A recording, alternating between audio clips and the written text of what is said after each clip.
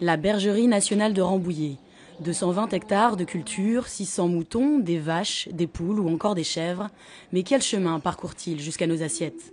Comme beaucoup de producteurs des Yvelines, la bergerie nationale favorise les circuits courts, c'est-à-dire un seul intermédiaire, voire même aucun, entre le producteur et le consommateur.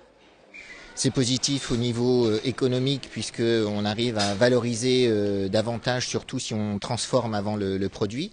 Et puis c'est vrai qu'on a une sensibilité développement durable sur le site de la bergerie et le fait de vendre en local, qu'il y ait moins de transport aussi pour les productions, c'est quelque chose qui compte également pour nous. Pour faire plus de marge et un geste pour la planète, les lieux de revente sont donc exclusivement en Île-de-France. Le circuit le plus court, la boutique gourmande à la bergerie même, qui regroupe aussi des produits des fermes alentours. En première ligne, les œufs et la viande d'agneau. Consommer local, c'est donc possible, et même ces vaches, comme tous les animaux de cette ferme, se nourrissent du fourrage cultivé sur place. Mais alors, peut-on tout produire et consommer localement?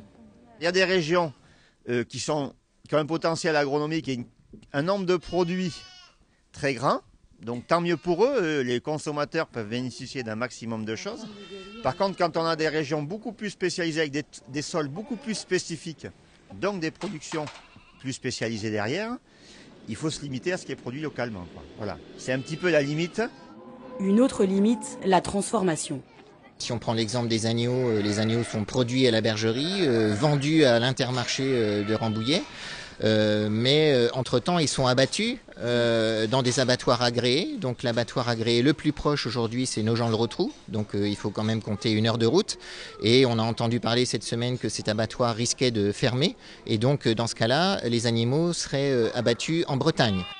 Pour être rentables, les abattoirs doivent donc faire plus de volume, des abattoirs plus gros mais du coup moins nombreux et plus éloignés, un frein évident au circuit court.